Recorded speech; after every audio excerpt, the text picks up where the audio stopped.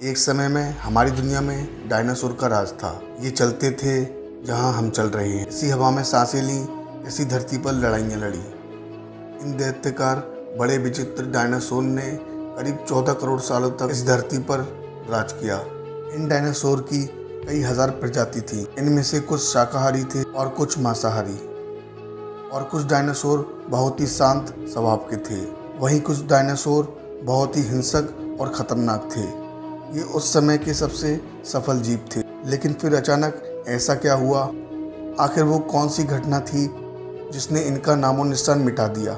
इसे जानने के लिए हमें करोड़ों साल पीछे जाना होगा और डायनासोर के उस अंतिम दिन को करीबी से देखना होगा। तो आइए चलते हैं आज से 65 मिलियन साल पहले, यानी 6 करोड़ 50 लाख साल पीछे। दोस्तों, लाल कलर के सब्सक्राइब बटन को दबाकर बराबर वाली बेल पर क्लिक करके ऑल का ऑप्शन जरूर सिलेक्ट करें। धरती पर मौसम सामान्य था। चारों ओर सूरज की रोशनी बिखरी हुई थी और लंबे लंबे पेड़ों से टकराती ठंडी हवाएं और चारों तरफ डायनासोर की दहाड़ने और चिल्लाने की आवाज़ें। जब ये सारी डायनासोर की प्रजाति आराम से धरती पर जीवन बिता रही थी, इनकी किस्मत लिखी जा चुकी थी। 10 करोड़ साल पहले एक छोटा एस्टेरॉयड का टुकड़ा जो शुद्र अंतरिक्ष से आया था, पृथ्वी से लगभग 20 करोड़ मील दूर था।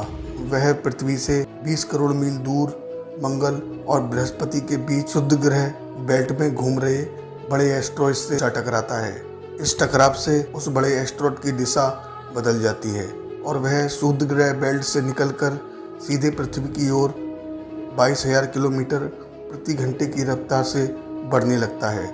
जब यह एस्टेरॉयड 3,84,000 किलोमीटर की दूरी पर था, तब धरती से शायद डायनासोर का अंत ना होता यदि ये एस्टेरॉयड पृथ्वी के उपग्रह चांद से टकराता। लेकिन नियति को कुछ और ही मंजूर था, इसीलिए ये बड़ा एस्टेरॉयड चांद के बहुत नज़दीक से गुजर गया। 40 किलोमीटर के व्यास वाला 2 ट्रिलियन मैट्रिक टन का ये एस्टेरॉयड प्रत्येक सेकंड के साथ साथ धरती के करीब बढ़ता जा रहा था। जब यह एस्टेरॉयड पृथ्वी के वातावरण के संपर्क में आया तो इसकी रफ्तार एकाएक 70,000 किलोमीटर घंटा हो गई। पृथ्वी के वायुमंडल में घुसते ही घर्षण की वजह से यह एक भयानक आग के गोले में बदल गया। ये इतनी रफ्तार से धरती की ओर बढ़ रहा था कि सिर्फ 4 मिनट में इसने अटलांटिक ओशन पार कर लिया। इसकी चमक इतनी अधिक थी कि धरती से टकराने से पहले ही हजारों जीव इस आग के गोले को देखकर पूरी तरह अंधे हो चुके थे।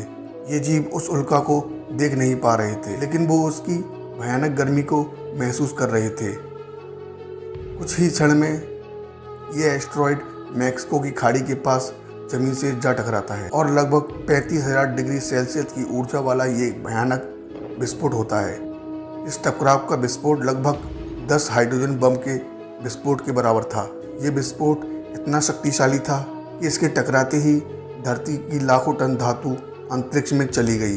टकराव वाली जगह पर 180 किलोमीटर चौड़ा और 20 किलोमीटर गहरा गड्ढा बन गया। विस्फोट के कारण इस गड्ढे का सारा मेटल और पत्थर आसमान में धूल के बादल में बदल गया।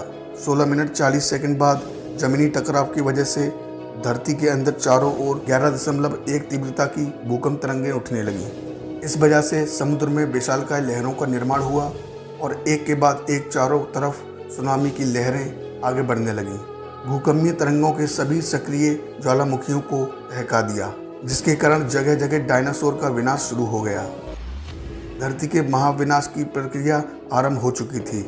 इस भयानक विस्फोट की वजह से रेडिएशन की मात्रा इतनी बढ़ गई थी कि इसके 800 किलोमीटर के दायरे में आने वाले सभी जीव जलकर राख के ढेर में बदल गए थे। इस महाविनाश में उड़ने वाले डायनासोर इन जमीनी खतरों से बच तो गए, लेकिन ये तो महाप्रलय की शुरुआत थी।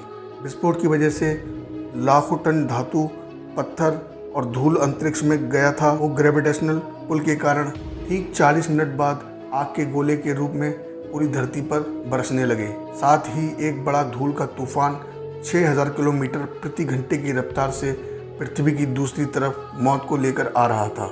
ये धूल के बादल कई किलोमीटर मोटे थे। इसकी वजह से धरती पर सूरज की रोशनी का पहुंचना असंभव हो गया।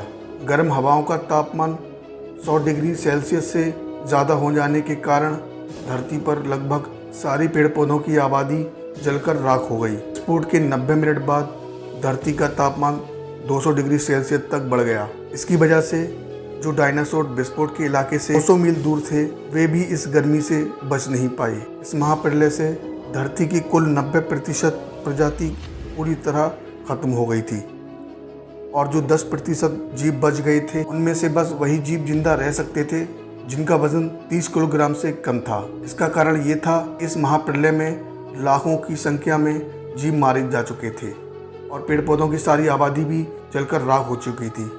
इसके चलते जो बड़े विशालकाय जीव बच गए थे उन्हें भरपूर मात्रा में खाना पीना ना मिल सका। लेकिन ये महाप्रलय किसी अन्य जीव के लिए फायदेमंद साबित होने वाला था। प्रजाति थी मैमल्स की।